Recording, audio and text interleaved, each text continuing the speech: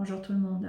Alors je me sens d'humeur assez vampirique ces derniers temps. Je dois dire que le temps s'y prête assez bien puisqu'il fait assez morne, je trouve.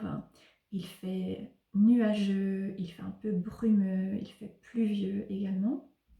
Donc j'en profite pour bouquiner, pour reprendre quelques tarots oracles et pour réfléchir de manière générale à différents aspects de ma vie.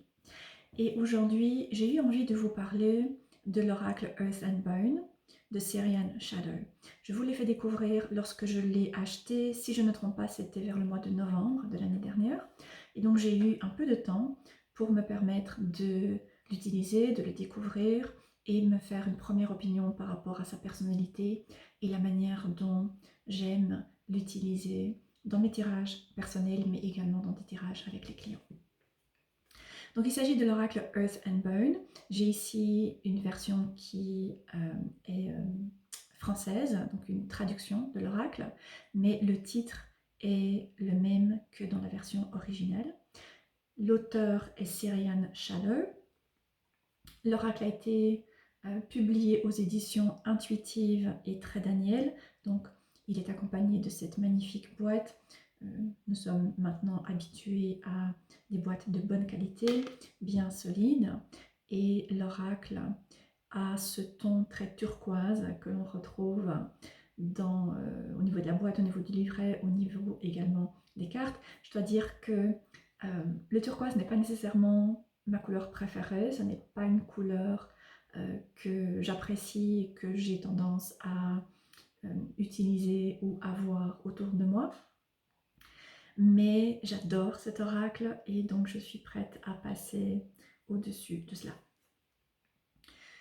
Donc la boîte est joliment décorée et ensuite à l'arrière il y a ce texte de présentation que je vais vous lire.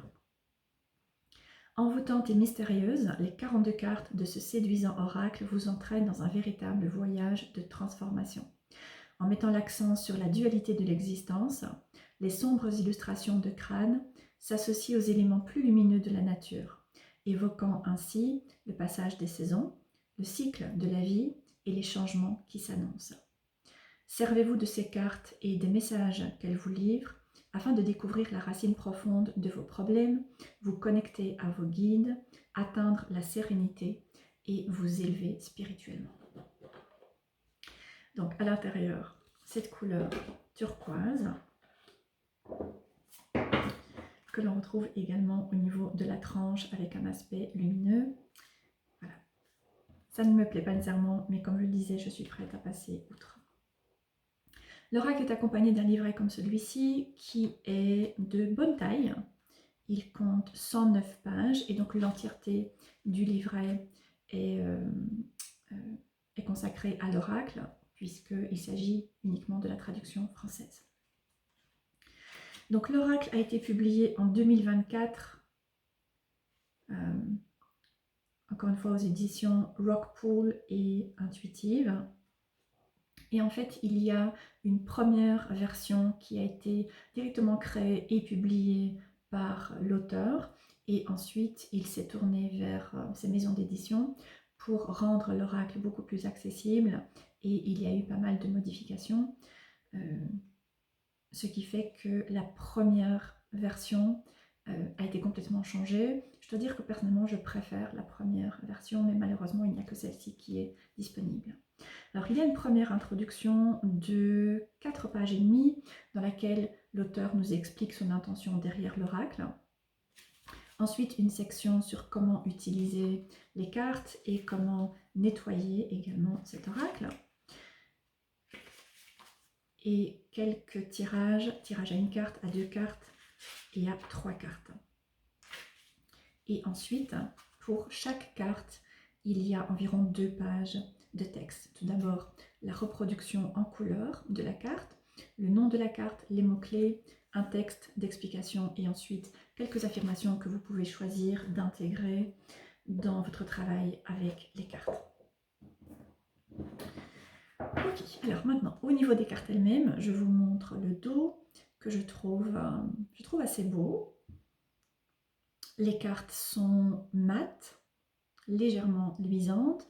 Elles sont épaisses, mais malgré tout flexibles, et elles sont, je trouve, assez agréables à manier. Pour vous donner un point de comparaison, voici l'oracle Magic of You, l'oracle de la magie intérieure, donc voilà, un format qui est assez similaire, et c'est un format personnellement que j'apprécie. Il se manie facilement, l'oracle se tient assez facilement en main, et c'est une bonne taille, je trouve, pour avoir les cartes devant soi, seul, une seule carte ou bien plusieurs cartes, ou éventuellement avec un tirage avec le tarot. Donc il s'agit d'un oracle qui a un thème plus sombre. Le fond est noir. Il y a ensuite ici le nom de la carte avec le chiffre ou bien le nombre correspondant. Et ensuite, en dessous, il y a 3 mots-clés, ce qui permet de pouvoir se faire une première idée et avoir quelques pistes pour commencer à se connecter à la carte et au message de manière intuitive. Alors, le destin, c'est une illustration que personnellement j'aime beaucoup et les mots-clés sont assez bien choisis. Alignement, moment décisif et événement opportun. La foi. Donc, c'est un oracle qui a un thème plus sombre et qui nous présente des squelettes ou des crânes qui sont directement interconnectés avec des éléments de nature. Il y a également beaucoup de rose bleu. Alors ici, l'adversité, l'étape,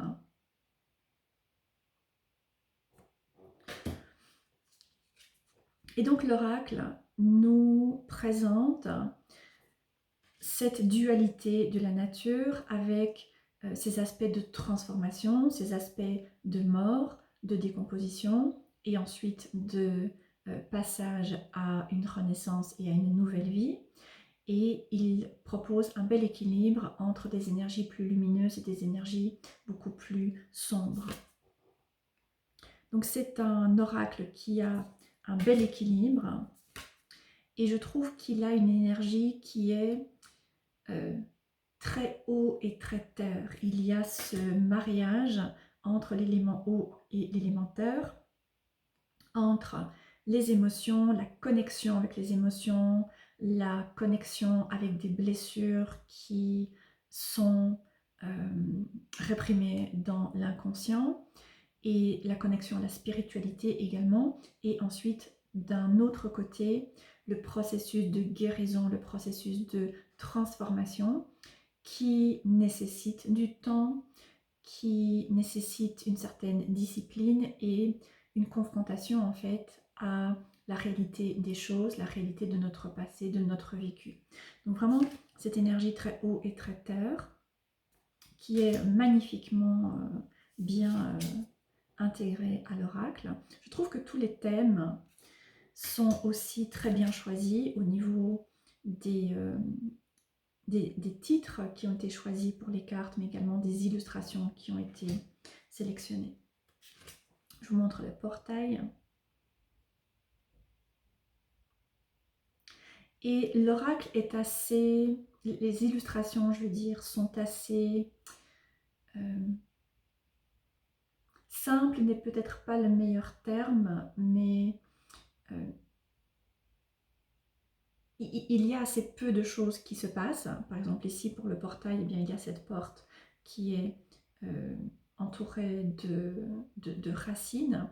Et pourtant, il y a plusieurs couches auxquelles nous pouvons accéder si nous prenons le temps de méditer avec la carte, de regarder l'image et de la laisser nous parler.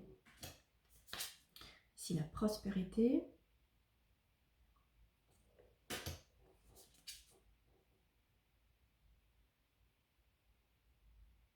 La cage, le cavalier, donc comme je disais, le livret est un point de départ. Il propose un point de départ assez général pour la carte, mais je pense que cet oracle est vraiment très puissant de par les illustrations, de par la thématique et de par les différents thèmes qui ont été choisis pour cet oracle. Et donc, personnellement, j'ai trouvé que c'est important de pouvoir vraiment consacrer du temps à regarder les cartes et méditer sur les cartes et pouvoir se faire une opinion personnelle et peut-être un peu plus approfondie de ce que la carte vient nous apporter comme message et la manière dont elle vient nous parler. Donc, par exemple, si je prends la carte de la prospérité que je viens de montrer il n'y a pas très longtemps, les mots-clés sont richesse, satisfaction et abondance.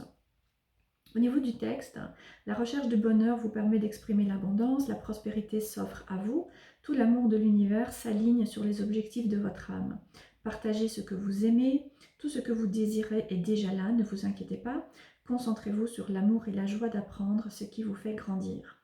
À travers vos passions, c'est une lumière insondable que vous avez à partager. D'où vient votre enthousiasme? Qu'est-ce qui vous donne de la joie? Allez en ce sens, votre joie est contagieuse, elle ouvre la porte à l'abondance. Il reste encore un paragraphe supplémentaire que je ne vais pas vous lire. Donc, le texte est intéressant, il apporte un point de départ, encore une fois. Maintenant, je trouve qu'il est quand même très général.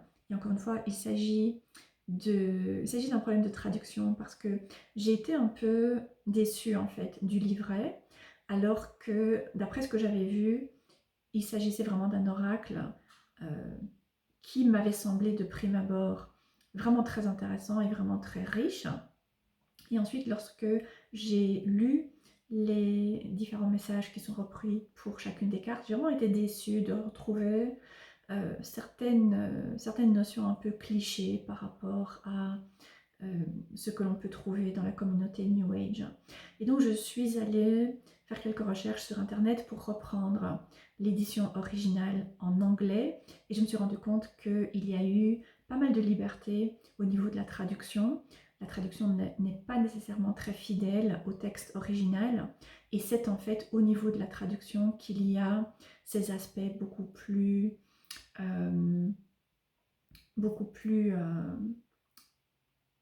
banalisés et qui manque de profondeur en fait par rapport à ce à quoi je m'attendais. Donc si vous regardez la carte, à nouveau, qui porte le titre de prospérité, les mots-clés sont richesse, satisfaction et abondance.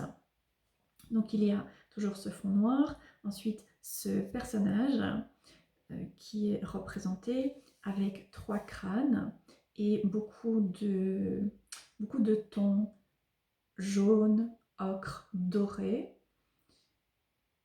qui viennent amener des nuances assez particulières par rapport à cette notion de prospérité, par rapport à cette notion de richesse. Et ensuite les 3 crânes qui font allusion à peut-être des vies passées ou bien peut-être des ancêtres, des schémas qui viennent d'ancêtres ou bien des croyances, des systèmes de croyances qui viennent des ancêtres. Donc il y a, je trouve, une belle richesse au niveau de la carte qui ne se retrouve pas nécessairement dans le livret et c'est en partie dû à la traduction. Donc vraiment, si cet oracle vous intéresse, je vous encourage à prendre du temps pour méditer avec les cartes et pour commencer à découvrir une profondeur qui attend simplement d'être explorée. Je voulais également vous parler de cette carte en particulier pour simplement vous donner encore une fois un exemple. Donc, il s'agit de la première carte qui est donc numérotée par le 1, qui est intitulée l'abri et les mots-clés sont croissance spirituelle, responsabilité et guérison. Donc je voulais donner cet exemple parce que je trouve qu'il est assez parlant. Donc au niveau de la carte, elle porte le nom d'abri Et ensuite, les mots-clés sont encore une fois croissance spirituelle, responsabilité et guérison. Et pour les personnes qui débutent peut-être, il se peut que vous ressentiez une sorte de décalage en fait entre le titre de la carte et les mots-clés qui sont proposés. Donc il s'agit d'abri, donc a priori on peut penser au fait de se mettre à l'abri, de chercher un abri, d'avoir besoin, de se mettre à l'abri, de se mettre en sécurité, peut-être même de se cacher. Et ensuite vous avez ces termes de croissance spirituelle, responsabilité et guérison, et vous pouvez par exemple vous demander comment est-ce que cela vient en fait s'intégrer à cette notion d'abri et ensuite à cette illustration qui est proposée. Donc je vais vous partager mes réflexions, en tout cas quelques-unes de mes réflexions par rapport à cette carte en particulier. Je pense que c'est une carte qui est très puissante et c'est la première carte de l'oracle et d'une certaine manière elle vient donner le ton en fait de cet oracle.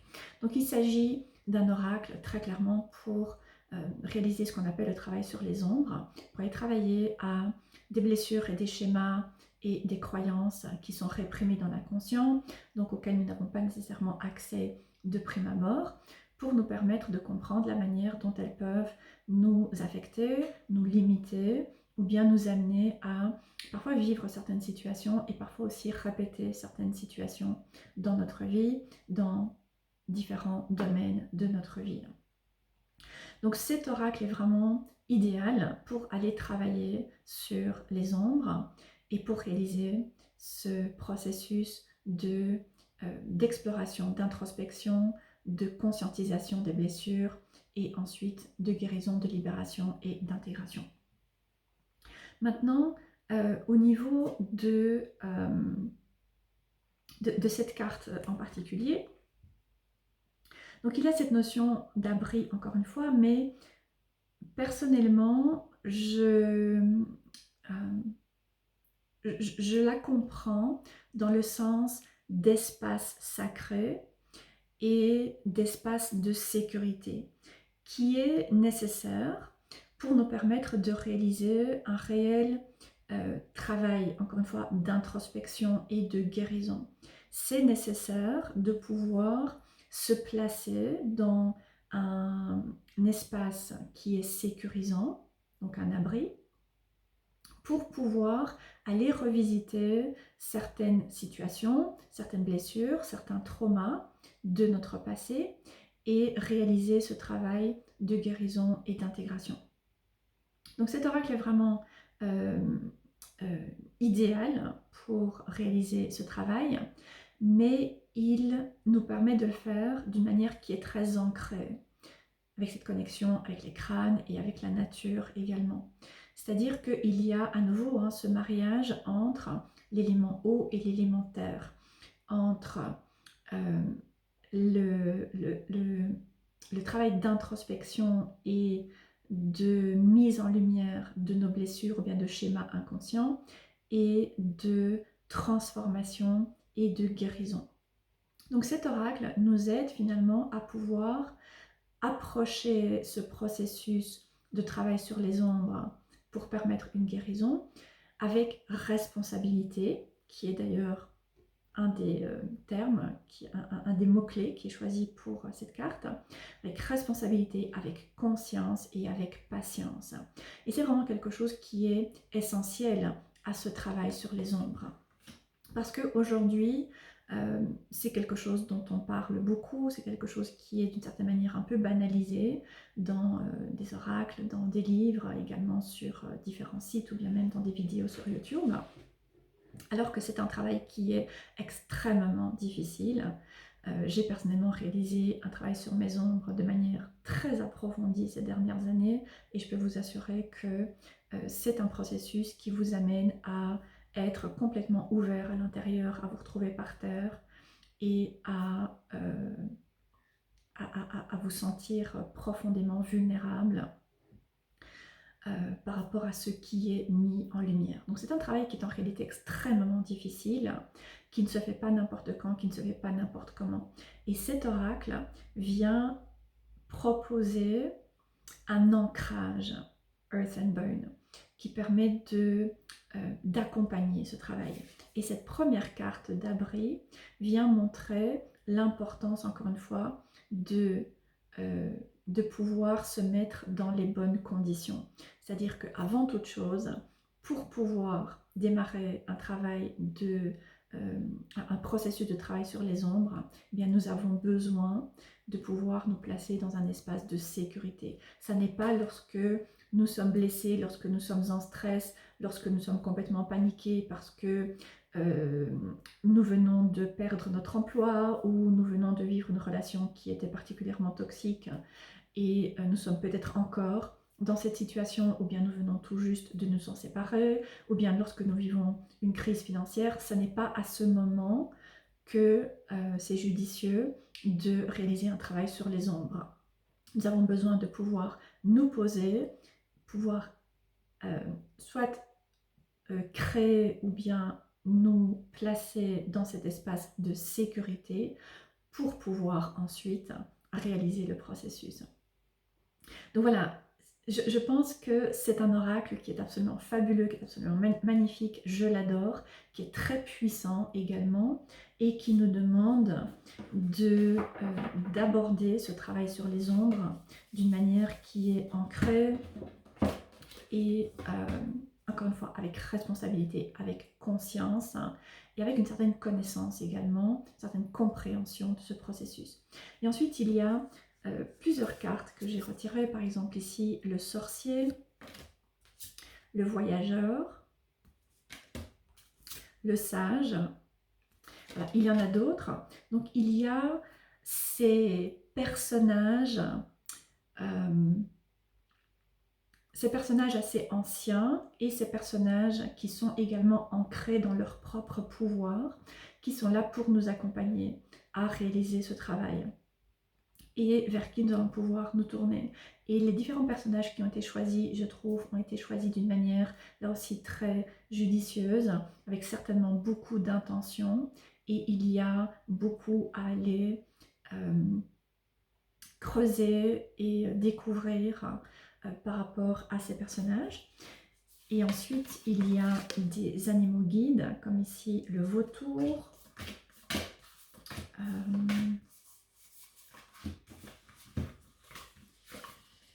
Il y a des loups.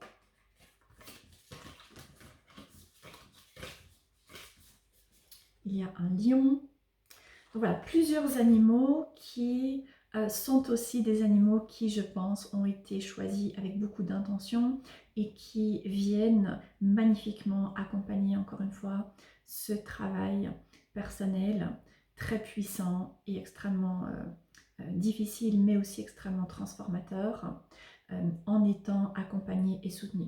Et d'une certaine manière, je trouve que ces différentes énergies que l'on retrouve tout au fil des cartes, les personnages, les animaux guides, mais également la nature, les crânes, nous montrent à quel point c'est important d'être accompagné lorsque nous réalisons ce travail.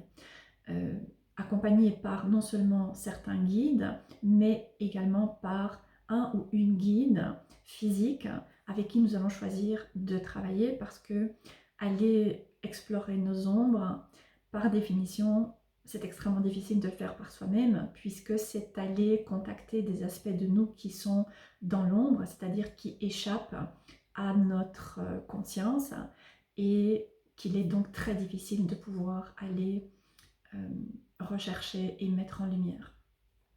Voilà, je pense que je pourrais encore parler pendant des heures de cet oracle. Comme je vous l'ai dit, je l'adore, je le trouve extrêmement puissant, je le trouve magnifique. Il correspond vraiment à tout ce que je cherche, je pense, par rapport à un oracle pour travailler sur les ombres d'une manière vraiment ancrée.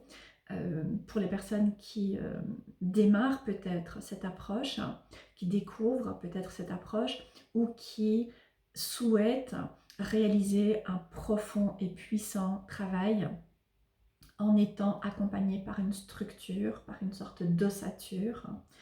Je trouve qu'il est vraiment magnifique pour cela. Au niveau des divinités avec lesquelles j'aime travailler, je l'associe tout particulièrement à la Santa Muerte, évidemment. Je trouve qu'il a aussi une certaine énergie de Kali. Et ensuite, j'aime aussi l'utiliser avec l'archange Azraël, l'ange de la mort. Voilà, de prime abord, de mémoire, ce sont les premières divinités qui me viennent à l'esprit. Je suis certaine qu'en continuant de l'utiliser, eh bien, il y aura d'autres guides qui pourront également continuer de se présenter.